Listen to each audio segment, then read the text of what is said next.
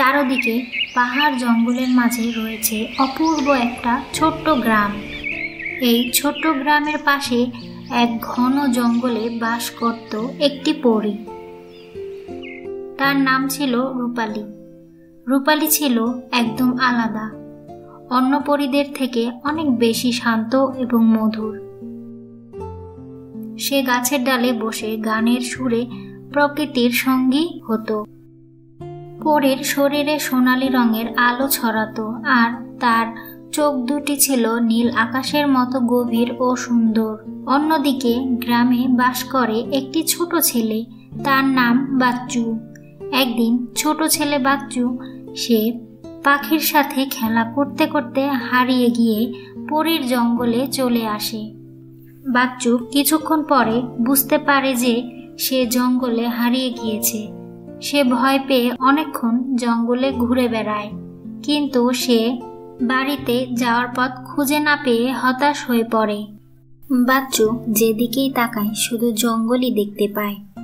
আশেপাশে কোনো মানুষও ছিল না। এই জঙ্গলে সহজে কোনো মানুষও আসে না। বাচ্চু এখন একা কি করে বাড়ি ফিরে যাবে তা ভেবে ভয় পেতে থাকে। তখনই রূপালী পরী তার কাছে এসে বলল, কেন ভয় পাচ্ছ ছোট্ট বন্ধু? বাচ্চু অবাক হয়ে তাকালো আর বলল, তুমি কি পরী? রূপালী হাসি দিয়ে বলল, হ্যাঁ, আমি পরী। তুমি একা কেন এখানে?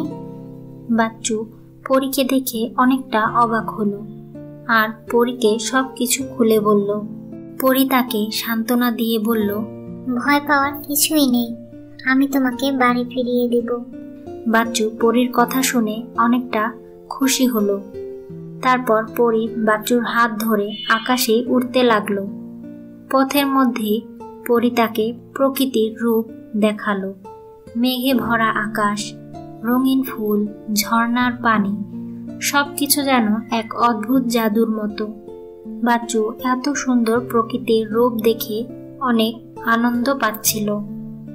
অবশেষে তারা যখন গ্রামের কাছে পৌঁছালো, বাচ্চু মুচকি হেসে বলল, ধন্যবাদ রূপালী, তুমি সত্যি এক জাদুকরী পরী। রূপালী তাকে বলল, ভালো থেকো বাচ্চু, মনে রেখো প্রকৃতি সব সময় তোমার পাশে আছে। এভাবে বাচ্চু তার বাড়ি ফিরে গেল, কিন্তু তার মনে রূপালী পরীর সেই সুন্দর মুখের ছবি চিরকাল থেকে গেল।